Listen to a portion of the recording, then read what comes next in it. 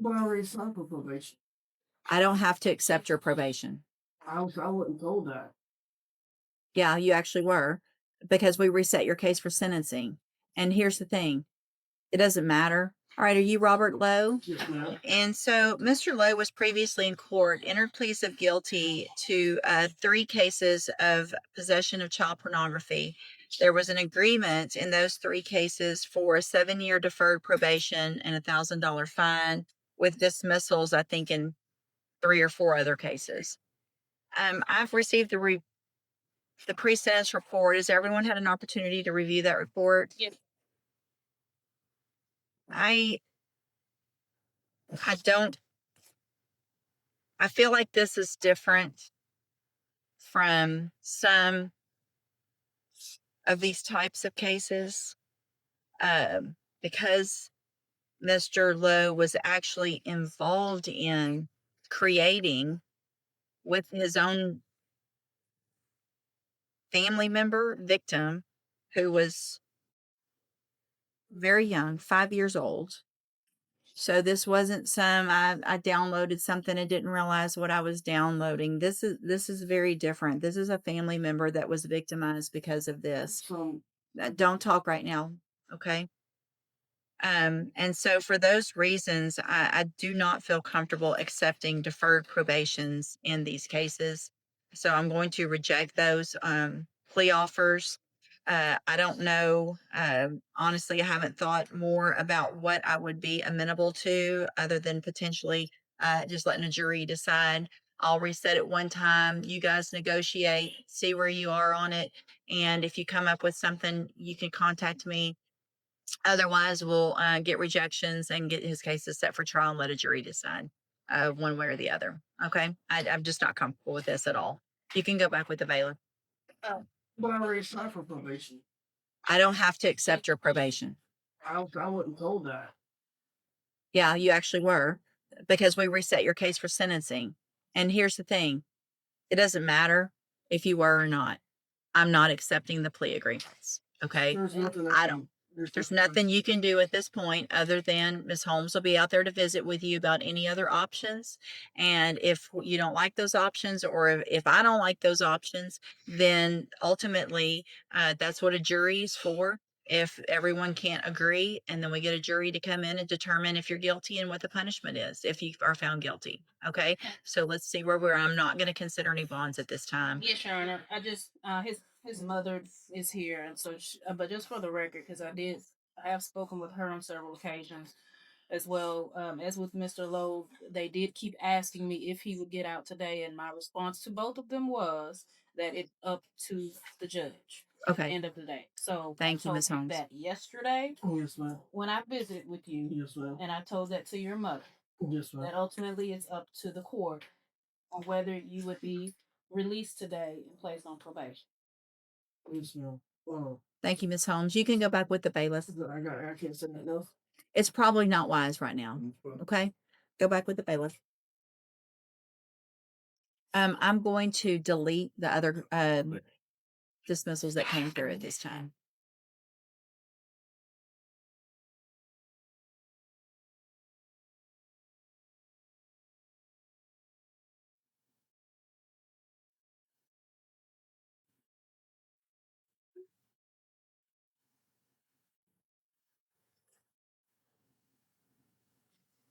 All right, Ms. Holmes, on John Dre Willis. Yeah.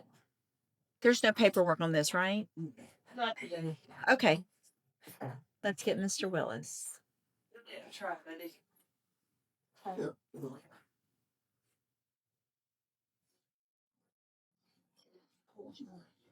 I'll make you something for you.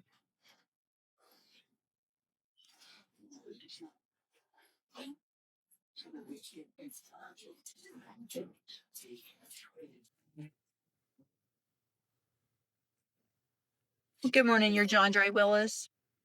And this is 25 DCCR 1048. Mr. Willis is charged with burglary of a habitation. What is the announcement? Judge, I can. Okay. He was here on October 21st. The complainant in this case that signed a non-prosecution affidavit. She came to court that day And during the pendency of the court process, she got my attention. We went to the back and she said, I changed my mind. I don't want to do that. I want him to be held some kind of responsible.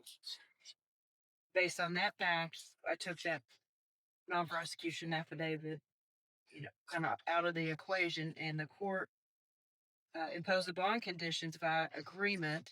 Yeah. That the bond would be reduced at $7,500. He was have no contact with her or GPS, and he had to go and live with his mom in Iberia. Correct. And he had that. He has obviously not made that bond in the interim 6 weeks or so. She has not reached back out to me, but in light of that fact, I don't feel comfortable making the offer that has been requested for a misdemeanor. I would be willing to offer a felony probation with the same conditions pending a PSI. I just think a PSI would be important. I've tried to call her this morning with no answer. I could either make that offer pending a PSI, or I could ask you for 1 week and see if I can get a hold of her. I just don't want her to feel blindsided by it because she's gone back and forth. I'm not saying that she hasn't gone back and forth, but I think there needs to be some things in place. There was also a gun involved. We were able to determine that she actually found it, and it was not as big of an issue as we had initially thought, which is why my willingness to make the felony probation offer, I just think that's in my best. So why don't we do this? I mean, I did reduce that bond. I found that. Let's reset it to next Tuesday. See if you can get in touch with her. If that changes anything with regard to any agreements. And if it doesn't, then I would potentially reconsider that bond number to something that he was able to make with those same conditions. I think that would be proper for everyone's safety, but we could make the same conditions with a lower bond. So let's reset it to next Tuesday. And a defendant walked into court expecting probation after signing a plea agreement. But what happened next showed that a judge's approval is never guaranteed. The hearing focused on Robert Lowe, who had previously pleaded guilty to 3 counts of possession of child pornography. Under a negotiated agreement, he was expected to receive 7 years of deferred probation, a fine, and the dismissal of several additional charges. However, after reviewing the case, the judge made it clear she had serious concerns. What stood out to her was that this wasn't a case involving downloaded material from strangers online. According to the court, the victim was a very young family member, just 5 years old, and the defendant had allegedly been directly involved in creating the material. Because of those facts, the judge said she was not comfortable approving probation. She rejected the plea agreement entirely and explained that the case was too serious for her to simply sign off on the deal. Instead, she suggested that unless a different agreement could be reached, the matter might ultimately have to be decided by a jury.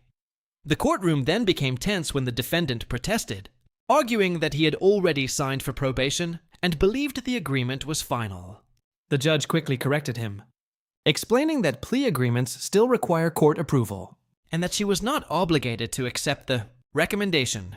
His attorney confirmed that both the defendant and his mother had been informed that the final decision would be up to the judge. With that, the probation deal was officially rejected, and the case moved one step closer to trial. The hearing then shifted to a separate burglary case involving another defendant. Prosecutors explained that the alleged victim had changed her position multiple times about whether she wanted charges pursued. Because of that uncertainty, the court decided to postpone any final decisions, giving prosecutors additional time to contact the complainant before reconsidering bond conditions and potential plea offers. By the end of the hearing, one defendant lost a probation deal he thought was guaranteed, while another remained in legal limbo as the court sought more information before moving forward.